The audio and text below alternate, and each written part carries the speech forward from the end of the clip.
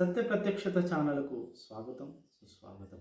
మరొకసారి నూతనమైనటువంటి అంశంలో మనం ముందుకెళ్దాం. అందుకొరకు పరిశుద్ధ లేఖనాల్లో నుంచి యెషయా ప్రవచన గ్రంథం 6వ అధ్యాయం 3వ వచనాన్ని చదువుకుందాం. సైన్యములకు అధిపతియగు యెహోవా పరిశుద్ధుడు, పరిశుద్ధుడు, పరిశుద్ధుడు, సర్వలోకము ఆయన మహిమతో నిండి ఉన్నదని గొప్ప స్వరముతో గాన ప్రతిగానములు చేయుచుండే. ప్రియులారా, ఇక్కడ ఒక అంశాన్ని మనం గమనించాలి. దేవుడు పరిశుద్ధుడు, పరిశుద్ధుడు, పరిశుద్ధుడు అని మానక రాత్రింబగలు కొనియాడబడుతూ ఉన్నాడు.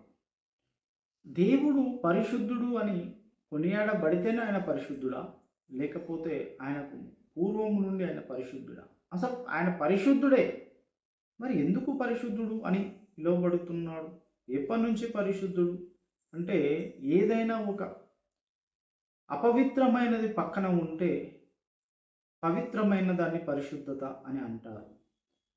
నేరము చేసిన వాడు పక్కన ఉంటే వాడు నేరస్తుడు, వీడు నిర్దోషి అని అంటారు. అలాగే దేవుడు కూడా పరిశుద్ధుడు అని లేఖనం సెలవిస్తూ ఉంది.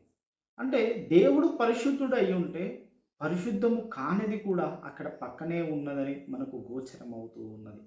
కాబట్టి ప్రియులారా, దేవుడు పరిశుద్ధుడు ఎప్పుడు? ఇప్పుడా? ఎప్పుడు? పూర్వకాలంలో పరిశుద్ధుడా? ఏ ఏ ఏ కాలంలో పరిశుద్ధుడు? చూసినట్లయితే ప్రకటన గ్రంథము 4వ అధ్యాయము 6వ వచనాన్ని కూడా మనం గమనించినట్లయితే అక్కడ కూడా ఈ వచనం రాయబడి ఉంది. మరియు ఆ సింహాసనం ఎదుట స్ఫటికము పోలిన గాజు వంటి సముద్రం ఉండెను. ఆ సింహాసనం మధ్యన సింహాసనం చుట్టూ ముందు వెనుక కన్నులతో నిండిన 4 జీవులు ఉండేవి. 8వ వచనంలోకి వచ్చినట్లయితే ఆ 4 జీవులలో ప్రతి జీవి 6 రెక్కలు ఉండెను. అవి చుట్టూను రెక్కల లోపటను కన్నులతో నిండి ఉన్నది. సర్వాధికారి దేవుడు పరిశుద్ధుడు, పరిశుద్ధుడు అని మానక రాత్రింబగలు చెప్పుచుండెను. ఇక్కడ లేఖనం ఒకటి సెలవిస్తూ ఉంది. ప్రియులారా, దేవుడు పరిశుద్ధుడు, పరిశుద్ధుడు అని ఇక్కడ 4 జీవులు, కెరూబులు పరిశుద్ధుడు, పరిశుద్ధుడు అని చెప్పబడుతూ ఉంది. ఈయన ఎప్పుడు పరిశుద్ధుడు అంటే ఆ 8వ వచనంలో మనం చూసినట్లయితే భూత వర్తమాన భవిష్యత్తు కాలాల్లో ఈయన పరిశుద్ధుడు అంట. భూతకాలం ఒకటి ఉంది అంటే జరిగిపోయిన కాలం. ఎప్పుడు జరిగిపోయిన కాలము అంటే ఈ సృష్టి జరగక ముందు కూడా దాన్ని ఏమంటారంటే భూతకాలం అంటారు. ఆ భూతకాలంలో కూడా దేవుడు పరిశుద్ధుడు అంట. ఎక్కడ చెప్పబడింది ఆ లేఖనము అంటే యోహాను రాసినటువంటి సువార్త 1వ అధ్యాయములోనే ఆ మాట చెప్పబడి ఉంది. దేవుడు పరిశుద్ధుడు అని. చూడండి, యోహాను సువార్త 1వ అధ్యాయము 5వ వచనాన్ని మనం చూసినట్లయితే ఆ వెలుగు చీకటిలో ప్రకాశించుచున్నది కానీ చీకటి దాన్ని గ్రహింపకుండెను అని అంటున్నది లేఖనం.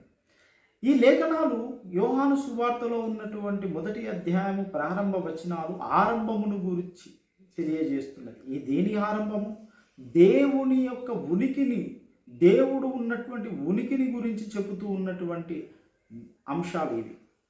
కాబట్టి ప్రియులారా, అక్కడ ఆదియందు వాక్యం ఉండెను అని చెప్పబడుతున్నటువంటి ఈ లేఖనాలలో వెలుగై ఉన్నాడు ఆ వాక్యం. ఆ వెలుగై ఉన్న వాక్యము చీకటిలో ప్రకాశించుచున్నది కానీ చీకటి గ్రహింపకుండెను అని చెప్పబడుతూ ఉంది. ఎక్కడి నుంచి వచ్చింది చీకటి?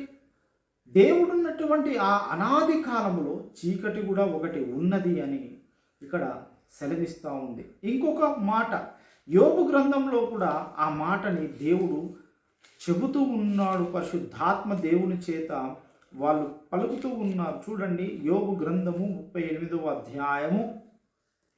దేవుడే సాక్షాత్తు ఈ సృష్టిని సృష్టించినటువంటి దేవుడే యోబు గ్రంథము 38వ అధ్యాయములో మాట్లాడుతూ ఉన్నాడు. 19, 20 వచనాలలో వెలుగు నివసించు చోటుకు పోవు మార్గమేది? చీకటి అను దాని ఉనికి పట్టు ఏది? చీకటి అను దానికి ఉనికి పట్టు ఏది అని చెబుతూ దాని సరిహద్దులకు నీవు వెలుగును కొనిపోవదువా? దాని గృహమునకు పోవు త్రోవలను నీవెరుగుదువా? అంటే చీకటికి ఒక గృహం ఉన్నది, దానికి త్రోవలున్నాయి, ఆ గృహానికి దారి ఉంది. ప్రియులారా, దేవుడు ఎలాగైతే ఆది ఆరంభము లేకుండా ఉన్నాడో, ఒక చీకటి కూడా ఆది ఆరంభము లేకుండా ఉన్నది. అయితే దేవుడు పరిపూర్ణుడు, సంపూర్ణుడు. అయితే ఈ చీకటి అటు పరిపూర్ణత సంబంధించినటువంటి వ్యక్తిత్వము లేదు, అట నిర్జీవమైనది కాదు. మధ్యాంతరహితంగా మధ్యస్థ వ్యవస్థగా అది పనిచేస్తూ ఉంది ఆ చీకటి. అయితే ఈ చీకటి ఆ దేవాది దేవుణ్ణి చేరుకోవడానికి ఎన్నోసార్లు ప్రయత్నించినప్పటికీ ఆ దేవుడు తన మనోబలము చేత దాన్ని దూరపరుస్తూనే ఉన్నాడు. అదే చెప్పబడుతూ ఉంది యోహాను సువార్త 1వ అధ్యాయం 5వ వచనంలో. దేవుడు వెలుగై ఉన్నాడు, ఆ వెలుగు ప్రకాశిస్తున్నది, కానీ ఆ చీకటి ఎంత మాత్రము గ్రహించలేదు. అంటే గ్రహింప శక్తి దానికి లేదు. దానికి ఒక వ్యక్తిత్వం కావాలి, ఆ వ్యక్తిత్వం కోసం పోరాడుతూ ఉన్నది. కానీ దేవుడు ఒక్కడే వ్యక్తి. ఎప్పుడు సృష్టి ప్రారంభము ముందు దేవుడు ఒక్కడే ఉన్నప్పుడు, ఆయనకు ఆది లేదు, ఆరంభము లేదు, ఆయన ఒక్కడే ఉన్నాడు. ఆయన ఒక వ్యక్తి, పరిపూర్ణమైన వ్యక్తి. ఆ వ్యక్తి అక్కడ సమీపించరాని తేజస్సులో తిమోతికి రాసినటువంటి మొదటి పత్రిక 6వ అధ్యాయం 16వ వచనంలో మనం చూసినట్లయితే, సమీపించరాని తేజస్సులో ఆయన మాత్రమే అమరత్వము గలవాడై ఉన్నాడు. సమీపించరాని తేజస్సు అనే ఒక స్థలం ఉన్నది ప్రియులారా. ఆ స్థలములో ఆయన ఒక్కడే నివసిస్తూ ఉన్నాడు. ఆయన చుట్టూ ఈ చీకటి ఆ సమీపించరాని తేజస్సులో ఉన్నటువంటి వ్యక్తిత్వము దగ్గరికి వెళ్ళాలని, ఆ వ్యక్తిత్వాన్ని కోరుకోవాలని ప్రవేశిస్తున్నప్పటికీ దేవుని చేరుకోలేకపోయింది. దేవుని మనోబలము చేత అది ఎక్కడికో దూరాన నెట్టివేయబడుతున్నది. అందుకే దేవుడు భూతకాల భవిష్యత్తు కాలాల్లో పరిశుద్ధుడు అని చెప్పబడుతూ ఉంది.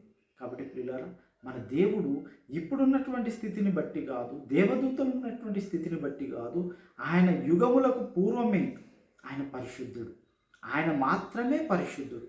కాబట్టి అందుకే లేఖనము ఘోషిస్తూ ఉన్నది, రాత్రి పగలు మానక ఈ యొక్క దేవదూతలు చెబుతున్న మాట ఏంటంటే, పరిశుద్ధుడు పరిశుద్ధుడు పరిశుద్ధుడు అని. ఈ దేవదూతలు కూడా ఎప్పుడు ఆయన సింహాసనాన్ని ఆవరించే ఉంటారు. వాళ్ళకి 6 రెక్కలు ఉన్నాయంట. 2 రెక్కలు ముఖాన్ని, 2 రెక్కలు కాళ్ళని, 2 రెక్కలు తన ఒళ్ళుతో కప్పుకొని 2 రెక్కలతో ఎగురుతూ ఉంటారు. 6 రెక్కలు ఉంటే 2 రెక్కలతోటి ముఖాన్ని, 2 రెక్కలతో ఒళ్ళుని కప్పుకొని 2 రెక్కలతో ఎగురుతూ పరిశుద్ధుడు పరిశుద్ధుడు అని పలుకుతూ ఉన్నారు. ప్రియులారా, దేవుని పక్కన ఉన్నటువంటి ఈ యొక్క బుద్ధిజీవులే పరిశుద్ధుడు పరిశుద్ధుడు అని కొనియాడుతున్నాయి దేవుణ్ణి. ఆ దేవాది దేవుడు వీటిని చేయకముందే, ఈ దేవదూతలను చేయకముందే ఆయన ఒక్కడే ఉన్నప్పుడు చీకటి కూడా ఉన్నది పక్కనే. ఆ చీకటి ఎంత మాత్రము పవిత్రమైనది కాదు. కాబట్టే ఆయన భూతకాలంలో పరిశుద్ధుడు అని చెప్పబడతా ఉంది. కాబట్టి ప్రియులారా, ఈ యొక్క దేవుడు, మనం నమ్మినటువంటి దేవుడు ఇప్పటి కాల పరిశుద్ధుడు కాదు, ఆయన మొదటి నుంచి పరిశుద్ధుడే అనే అంశాన్ని మీరు నేర్చుకున్నారని నేను విశ్వసిస్తూ, ఈ వాక్యం మన వెనుకలో దేవుడు మన ఆశీర్వదించి దీవించునుగాక. Thank you.